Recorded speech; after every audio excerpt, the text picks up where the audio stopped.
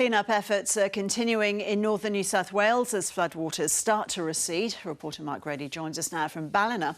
Hey Mark, so what are people in need of there in Ballina?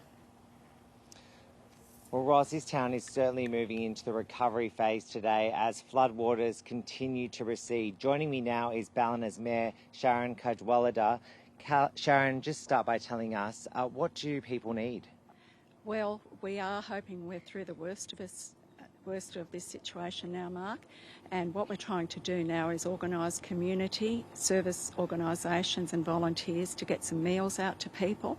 We've seen a wonderful outpouring of community support, something we can all be proud of, and hot meals are going out as I speak right now, and also food parcels to West Ballina in particular.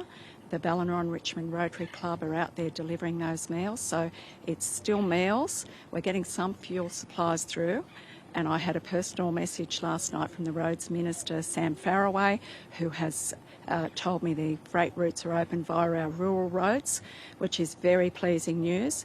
As far as I know, we haven't had any deliveries yet into Ballina from Coles or Woolworths trucks. I know they've gone into Lismore, into Ganella Bar, the highest ground near Lismore, which is wonderful because all our neighbours are suffering as well. It's not just Ballina, and my heart goes out to all those communities.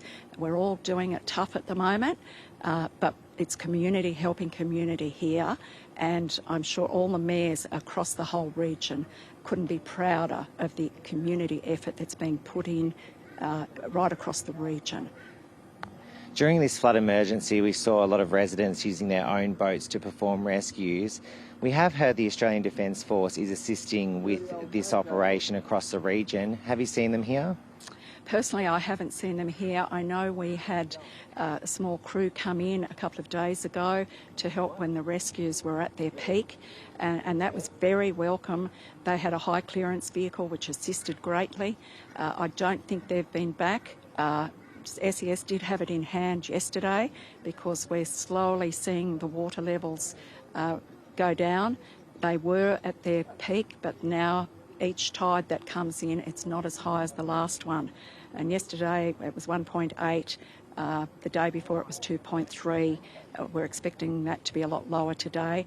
By no means are we out of the woods, but we're certainly moving into that recovery stage now. I'm organising a meeting this afternoon, a community meeting, to see how we can coordinate the volunteers. And the Premier's visiting this afternoon too. That will be a welcome visit where I'll be able to sit down with him and go through exactly what we need, not just for Ballina but for the region. And it's going to be financial support for Ballina.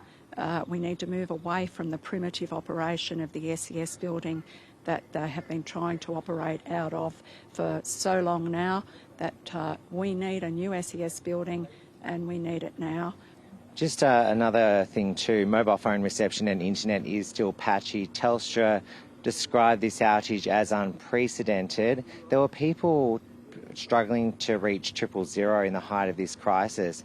What do you make of how Telstra and the other networks have responded to this situation? Well, I'm not a techo myself, but all I can say, it's been abysmal.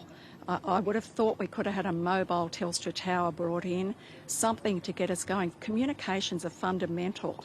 It hampered rescue operations. It's hampering our operations now to get food out to people, to organise community groups, to do what we have to do in times like this.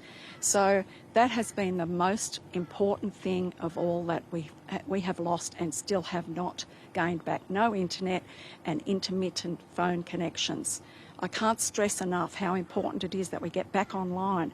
And also what I'm seeing as I talk to people, it's the impact of this is starting to set in with them, and the psychological effect on those people when they can't contact their support networks is really starting to impact on their well-being. Food's one thing, water's another, but psychological support is massively important. And we need those communications, and we need them now. We should never have lost them to the degree that we have. Okay, we've had a 1 in 500 year event, and the Premier calls it 1 in 1,000 year event.